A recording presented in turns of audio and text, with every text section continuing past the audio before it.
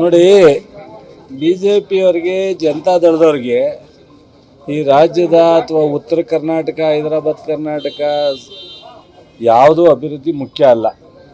ನಾವು 1.5 ತಿಂಗಳ ಹಿಂದೆ ಗುಲ್ಬರ್ಗದಲ್ಲಿ ಒಂದು ಕ್ಯಾಬಿನೆಟ್ ಮೀಟಿಂಗ್ ಮಾಡಿದ್ವಿ ನಮ್ಮ ಮುಖ್ಯಮಂತ್ರಿಗಳು. ಅಲ್ಲಿ ಸಾಕಷ್ಟು 500 ಕೋಟಿಗೂ ಹೆಚ್ಚು ಅಭಿವೃದ್ಧಿಯನ್ನು ಕಲ್ಯಾಣ ಕರ್ನಾಟಕಕ್ಕೆ ಮಂಜೂರಾತಿಯನ್ನು ಕೊಟ್ಟಿದ್ದರು. ನಾನು ಕಳೆದ ವಾರ ಒಂದು ವಾರ ಅಸೆಂಬ್ಲಿಲಿದ್ದೆ. ಯಾರೂ ಸಹ ಇದ್ರ ಬಗ್ಗೆ ಚರ್ಚೆ ಮಾಡುವಂಥ ಪ್ರಯತ್ನ ಸಹ ಮಾಡಿಲ್ಲ.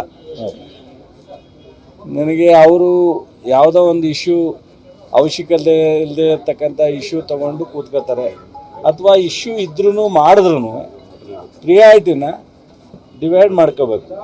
ಯಾವ್ಯಾವ ವಿಚಾರನ ಇಲ್ಲಿ ಆ ಭಾಗದಲ್ಲಿ ಸದನ ನಡೀತಾ ಇರೋದ್ರಿಂದ ಆ ಭಾಗಕ್ಕೂ ಪ್ರಾಮುಖ್ಯತೆ ಕೊಟ್ಟು ನಂತರ ಈ ಇಶ್ಯೂನು ತೊಗೋಬೇಕು. ಸೊ ಅವ್ರೇನು ಆ ಥರದ ಆಸಕ್ತಿ ಕಾಣ್ತಾ ಇಲ್ಲ. ಅವ್ರಿಗೆ ಟೈಮ್ ಪಾಸ್ಗೋಸ್ಕರ ಅಸೆಂಬ್ಲಿನ ಅಟೆಂಡ್ ಮಾಡ್ತಾ ಇರ್ತಾರೆ ಕಾಣುತ್ತೆ.